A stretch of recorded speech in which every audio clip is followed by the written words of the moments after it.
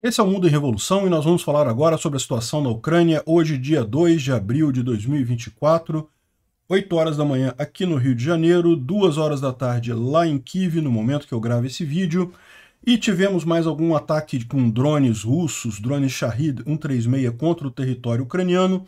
A maior parte foi derrubado, mas ainda teve alguns danos aqui. Mas o curioso foi o retorno. Os ucranianos atingiram exatamente uma fábrica aqui no Tartazan, nessa região aqui, justamente a fábrica dos drones Shahed 136 foi atingida com drones. Parece que tem várias vítimas ali, eu não sei se chegou a prejudicar a produção, mas certamente vai dificultar a produção desses drones Shahed 136 aqui no Tartazão, né? Também nessa região foi atingida uma refinaria, a terceira maior refinaria da Rússia, que também foi atingida por aqui, ou seja, os drones ucranianos fazendo estragos aqui, né? Muito curioso que a propaganda russa tenta pintar como os ucranianos atingindo um dormitório de estudantes, né? Porque, na verdade, essa fábrica de drone Shahed, o pessoal pegou uma escola politécnica que tem ali e forçou os estudantes a trabalharem nos drones praticamente em regime de escravidão durante a guerra, né? Enfim, é um absurdo que a Rússia está fazendo, os caras estão trabalhando para montar drones para atingir ucranianos, então é um alvo legítimo o dormitório dos russos que estão trabalhando aqui nessa fábrica, né? E a refinaria também, mais uma refinaria russa indo para o saco nesse processo aqui. Em Kursk e Belgorod também teve ataque ucraniano aqui, ataque da Legião Liberdade da Rússia, Corpo Voluntário Russo e Batalhão Sibéria, na região aqui de Kursk e Belgorod mais uma vez. Agora, teve de ontem para hoje também o maior ataque ucraniano com HIMARS na área ocupada aqui dos russos na Ucrânia. Segundo estão dizendo algumas fontes, as perdas são fenomenais, a gente ainda não tem a informação, mas várias coisas foram atingidas aqui, inclusive em Mariupol. Mas não foi só em Mariupol, não. Teve um monte de ataque em toda a área ilegalmente ocupada pelos russos na Ucrânia, né? Continuam os grandes ataques mecanizados aqui na linha de frente, a Rússia tentando avançar aqui na região de Tonenk, também aqui em Bakhmut, e também sem sucesso. Continuam sem sucesso nas tentativas de avanço russas aqui, continuam perdendo uma quantidade muito grande de equipamentos, né? Realmente impressionante a lista de blindados perdidos pelos russos nos últimos dias, sem nenhum avanço real no final das contas. E o Lula está se desdobrando para conseguir proteger o criminoso de guerra, o Putin, né? Quer que o Putin venha no G20, que vai acontecer aqui no Rio de Janeiro em novembro, e preparou um parecer para questionar o Tribunal Penal Internacional, dizendo que não pode prender o Putin porque não sei o que lá, e não sei o que lá, e não sei o que lá, e isso supostamente permitiria que o Putin viesse ao Brasil, né? É uma coisa mesmo de vassalo, uma coisa que chega a dar vergonha, porque muito provavelmente o Putin não vai comprar mesmo com isso tudo aí, não vai preferir não vir, porque o risco é muito grande, né? Lembra que na África do Sul também, o cara lá da África do Sul, que também apoia o Putin, também é uma Rousseff, disse que não iria prender o Putin de jeito nenhum e não sei o que lá, e o Putin preferiu não ir porque ele sabe que é arriscado mesmo assim. Ou seja, Lula está fazendo essa vassalagem toda, está tentando ajudar um criminoso de guerra com tanta força, sendo que isso não vai ter nem efetividade no final. Vamos falar sobre esses e outros assuntos em detalhes. Essas notícias foram sugeridas por Eu Sei de Tudo, mas Não Posso Dizer Nada, Cyberpunk, Edge Runners no Tomate na Mão e várias outras pessoas. Obrigado aí ao pessoal que sugeriu as notícias lá no nosso site, no wrevolving.com. E obrigado a você que está assistindo o nosso vídeo. Se você gosta do nosso conteúdo, por favor, deixe o seu like e se inscreva aqui no canal, né?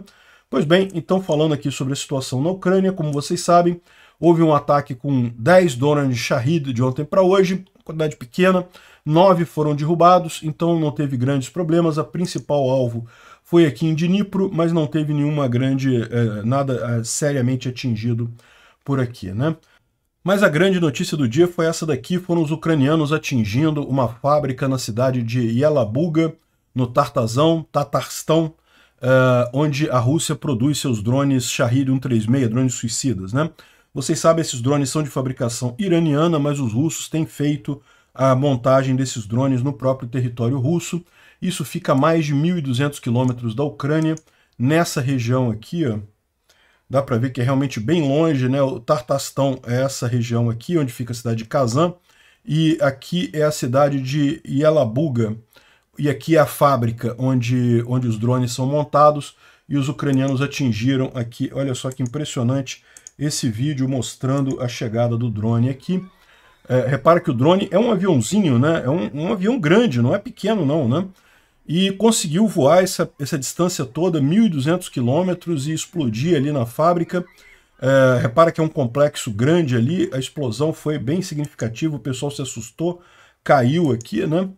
Não foi a única imagem, tá aqui, ó, outro drone acertou também a cidade de Yelabuga, no Tatarstão, e segundo eles estão dizendo, um deles atingiu a refinaria de Elaf Natoprodukt, e a segunda atingiu a zona especial de Yelabuga, que é justamente onde é produzido o Shahid, né? E aqui tem uma outra imagem também desse ataque, na verdade...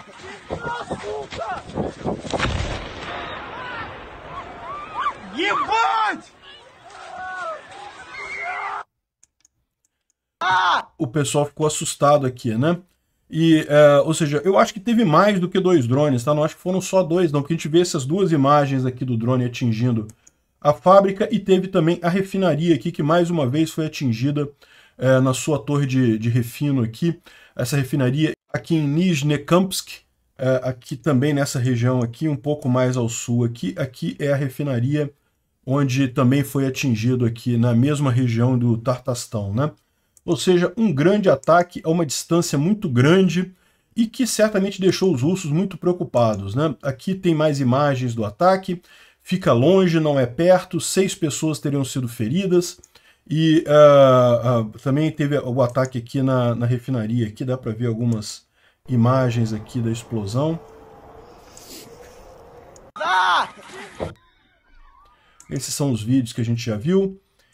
Enfim, aqui já está começando uma propaganda russa lá dizendo que a Ucrânia atingiu um dormitório onde dormiam estudantes ali na região, né? E não é isso, é lógico que não. Aqui eles estão mostrando a fábrica dos drones Shahid, né? Dá para ver que o pessoal ali está trabalhando justamente nessa montagem.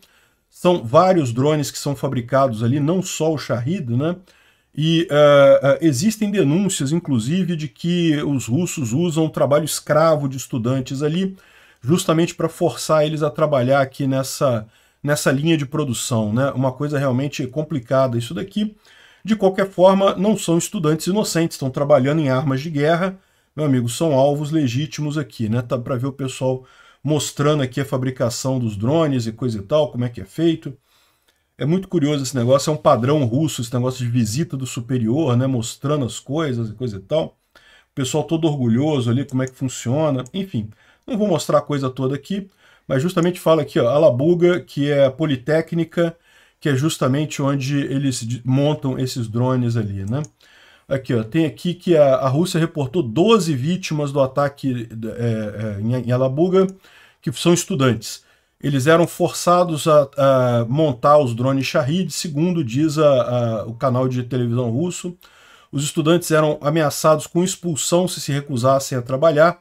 Eram pagos em cerca de 30 a 40 mil rublos por mês. Entre os estudantes estão cidadãos do Sudão do Sul, do Zimbábue, de Ruanda e da Nigéria. Eles trabalham 24 horas por dia, algumas vezes sem descanso e coisa e tal. Ou seja, é um trabalho escravo que eles estão fazendo justamente nesse esforço russo desproporcional de guerra ali, né? No início de 2023, 2 alunos ali se cometeram suicídio por conta das condições nessa local aí que eles trabalham ali. E tem aqui aquele vídeo que a gente já mostrou, mostrando justamente a montagem desses UAVs, né?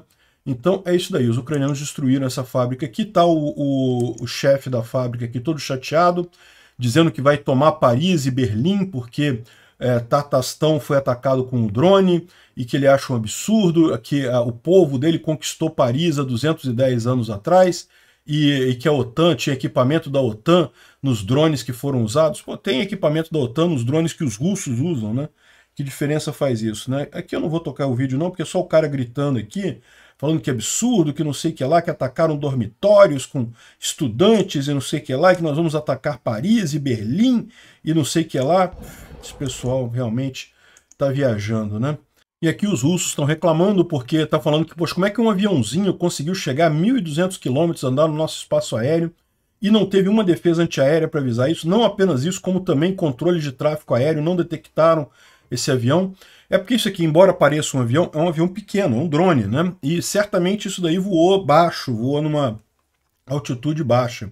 Ou seja, o que eles estão dizendo aqui é que realmente é um absurdo, né? E outros estão reclamando aqui, ó, que talvez o drone tenha sido lançado do Cazaquistão, né?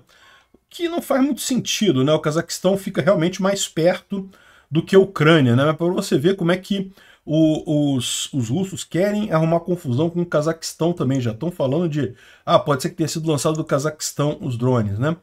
E a Astra Intel está lembrando aqui que esse ataque é muito irônico porque a União Soviética, em determinado momento, quando percebeu a realidade do domínio aéreo americano, concentrou seus esforços em desenvolver defesas antiaéreas superiores, né, para justamente tornar a vida da aviação americana muito difícil. Então os russos têm um grande orgulho da sua defesa antiaérea, da capacidade de derrubar mísseis e aviões e coisa e tal. E no final das contas foi uma falha completa. O que a gente está vendo nessa guerra é uma falha completa. Os ucranianos conseguem avançar onde querem, né? O que a gente vê no vídeo é um drone com o tamanho de um pequeno avião, que não tem nada stealth, né? Não tem nada de ocultação e coisa e tal, voando 1.100 quilômetros do território ucraniano para chegar dentro da Rússia, completamente sem detecção, ou seja, é simplesmente humilhante para os russos isso daqui, né? E de fato é isso daí que dá a impressão que os russos ficaram muito chateados com isso. Tá aqui o pessoal lembrando, né, rindo do Kadyrov, que há um tempo atrás deu uma entrevista falando: eu perguntei para o pessoal que controla a defesa antiaérea o que eles fariam se um avião invadisse nosso território. Eles disseram que se 5.000 aviões invadirem nosso território ao mesmo tempo, eles derrubariam todos eles apertando um único botão. Essa é a capacidade da nossa defesa antiaérea. Eu não sei não, eu acho que não funcionou isso daí. Aliás, não é a primeira vez que a Ucrânia atinge bem dentro da Rússia, mas cada vez está expandindo mais esse alcance, né?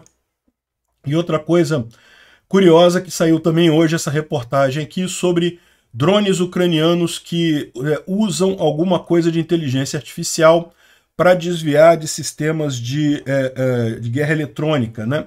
Talvez isso daqui seja o segredo da Ucrânia estar conseguindo atingir tanta coisa fundo dentro da Rússia, né?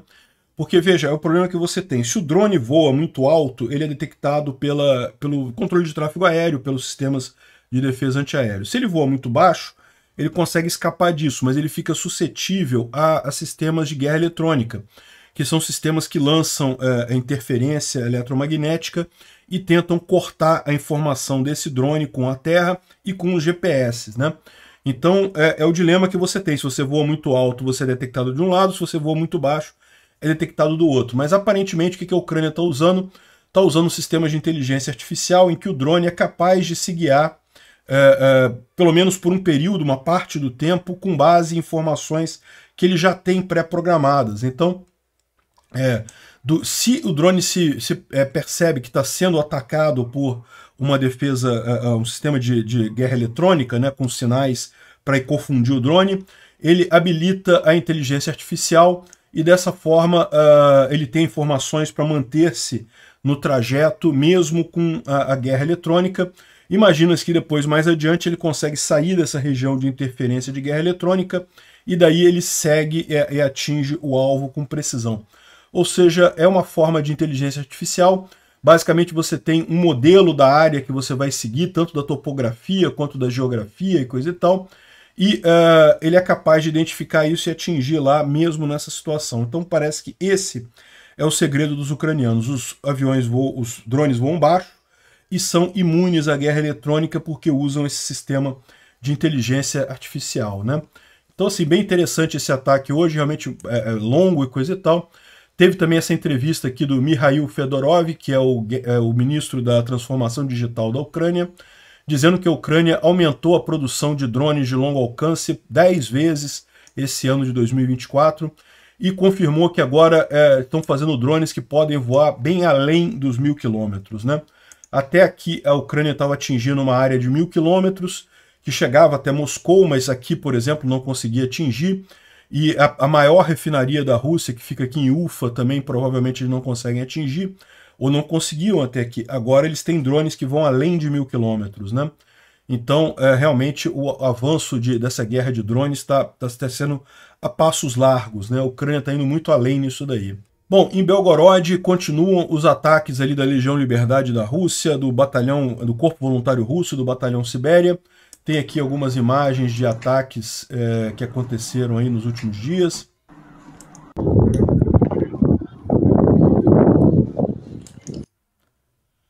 Isso aqui é Belgorod. Aqui um buraco aqui feito por um míssil. E também em Kursk também teve ataques também, ou pelo menos teve a atuação de algum drone ali, ó.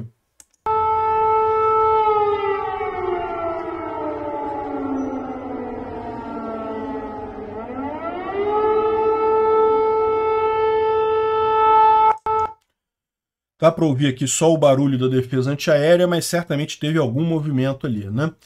Enfim, mas o grande ataque ucraniano de fato foi na região ocupada ali de Donetsk, né? Segundo Azov South aqui, a região ocupada de Donetsk, essa região aqui ocupada da Ucrânia, né, pela Rússia, teve uma grande quantidade de ataques de HIMARS e há uma série, os orcs ali estão preocupadíssimos porque causou algum dano muito sério, né? O pessoal está chorando aqui porque teve realmente... atingiram muita coisa aqui em Donetsk, particularmente em Mariupol. Mariupol foi um dos alvos, teve vários ataques de HIMARS aqui, mas não foi só aqui em Mariupol, toda a área ocupada pelos russos na Ucrânia sofreu bastante de ontem para hoje, né?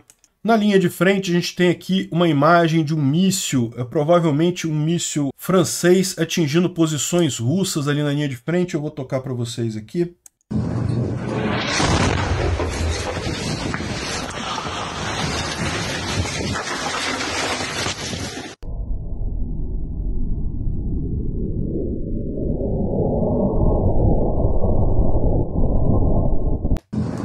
Dá para ver que é um míssil tipo Bunkbuster, né? Ele afundou e depois explodiu.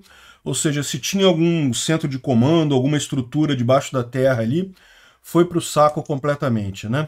Bom, na linha de frente continuam os russos tentando fazer ataques mecanizados ali em várias regiões. Isso daqui foi em Novomihailivka, dá para ver aqui o blindado ultrapassando outro blindado, tentando trazer o pessoal aqui e sendo atingido por uma mina. Alguns conseguiram sair daqui ainda, né, sobreviveram a esse ataque, mas certamente o blindado ficou, né, o blindado, e algumas pessoas ficaram lá dentro também, nem todos conseguiram sair, né. Isso aqui foi Novomihailivka, nessa região aqui, ó, nessa região aqui que está em disputa entre ucranianos e russos aqui. Aqui também teve uma grande coluna blindada ali em Tonenk, mais uma vez ali em Avdiivka. Os russos vieram aqui com vários tanques e coisa e tal, vários blindados, e o pessoal usou principalmente drones FPV para atingir os blindados russos, né? Conseguiram fazer um estrago ali e destruir todo esse ataque aí também. Mais uma grande quantidade de blindados russos destruídas ali, né? Aqui é uma imagem de uma trincheira que os russos chegaram a tomar ali na região de Donenk, mas depois os ucranianos recuperaram. E dá para ver aqui o estrago da quantidade de russos aqui que ficaram pelo caminho, né? Realmente uma quantidade grande aqui de material para cubo de carne aqui. Outro ataque aqui também ali na região de Tonenk, dessa vez foi destruída com munição fragmentante, né? Com aqueles mísseis que destroem e atingem uma grande área aqui. Olha só que bacana. Dá para ver aqui os blindados todos avançando aqui na direção de Tonenk, à noite, né, porque justamente queriam fazer uma surpresa, e daí a artilharia ucraniana atinge eles aqui e pronto, já era tudo, ficou tudo pelo caminho ali na região, né.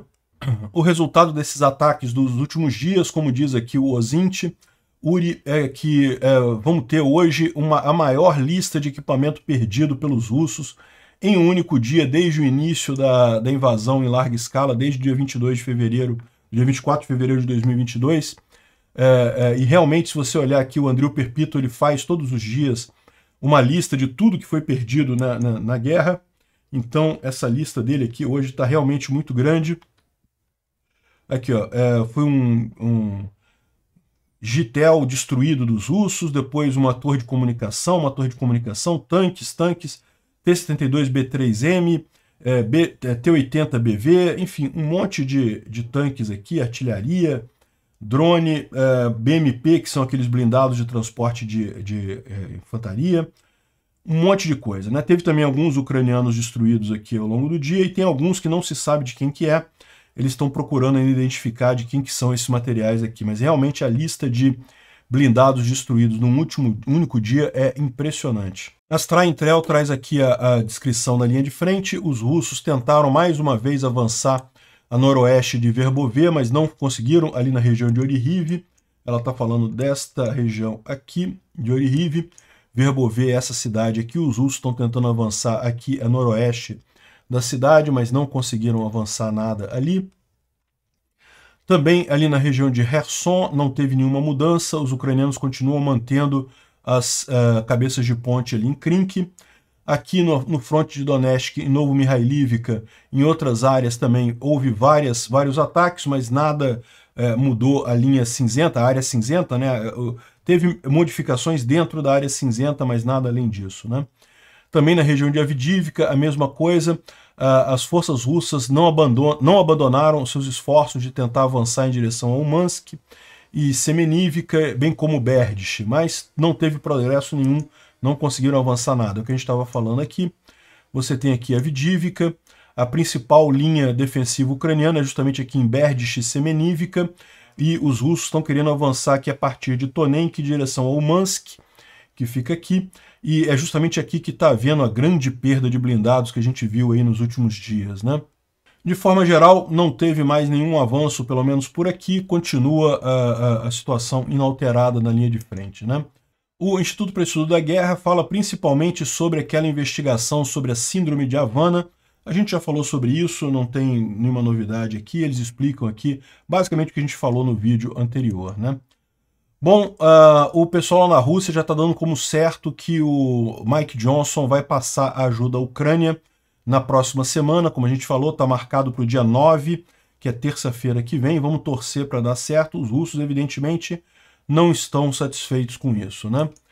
Bom, saiu uma reportagem aqui na CNN alguns dias atrás, dizendo que a Ucrânia não tem previsão de realizar eleições presidenciais. Eu acho que é importante esclarecer esse ponto, porque muitas vezes isso é usado para dizer que a Ucrânia é uma ditadura e coisa e tal, e não. O ponto central na Ucrânia é que a Constituição ucraniana fala que não se pode ter eleições durante a guerra. Então, em tese, seria agora, no dia 31 de março, teria sido a eleição ucraniana se não estivesse em guerra, mas como estão em guerra, a própria Constituição do país diz que não vai haver eleições até o final da guerra. Não é só para os Zelensky, não, é para todos os políticos do país, inclusive prefeitos, governadores, etc. Muitos que são de oposição, todos eles também vão continuar com seus cargos, porque a Constituição proíbe a realização de eleições durante a guerra, né? Então, só para esclarecer esse ponto aqui. E bom, temos que falar, infelizmente, de mais uma idiotice servil do Lula com ditaduras. É uma coisa que realmente chega a dar asco, né? Eu vou falar mais sobre esse tema aqui lá num vídeo, lá no canal Ancapso, porque isso daqui tem repercussões políticas no Brasil muito significativas também, né?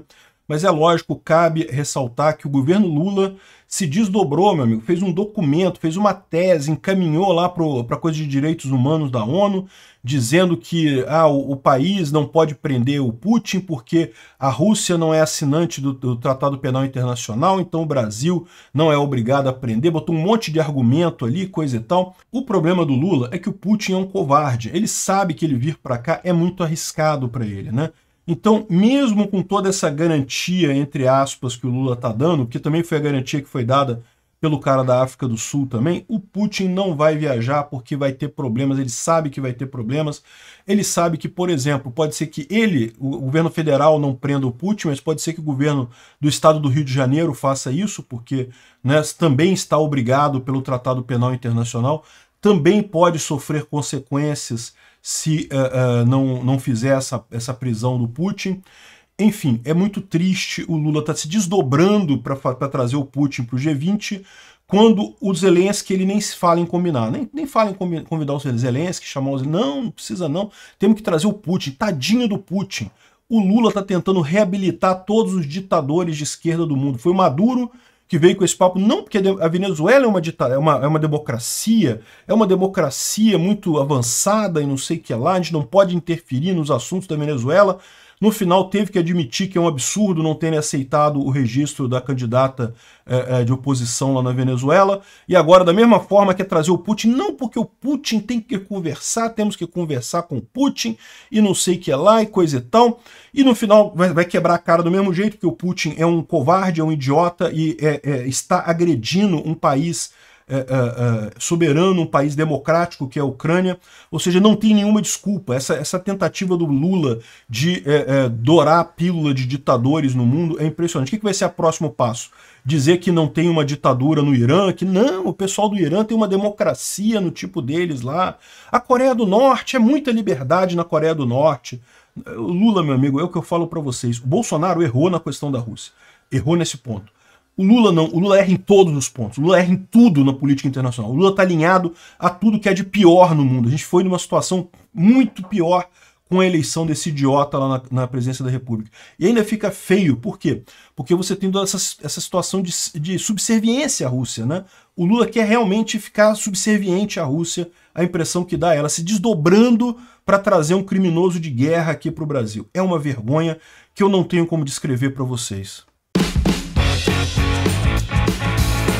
Obrigado por assistir o vídeo até o final. Se gostou do conteúdo, não esqueça de deixar o seu like, isso ajuda o canal a crescer e a chegar para mais gente.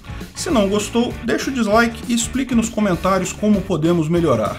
Comente também sugestões de temas que podemos trazer por aqui. Comentários insultuosos ou defendendo ditaduras e criminosos de guerra serão sumariamente bloqueados. Agradeço a compreensão. Se ainda não é inscrito no canal, considere se inscrever clicando no botão inscrever-se abaixo e marcando a campainha para todos os avisos. Se quiser ajudar o canal, veja no nosso site como você pode fazer isso.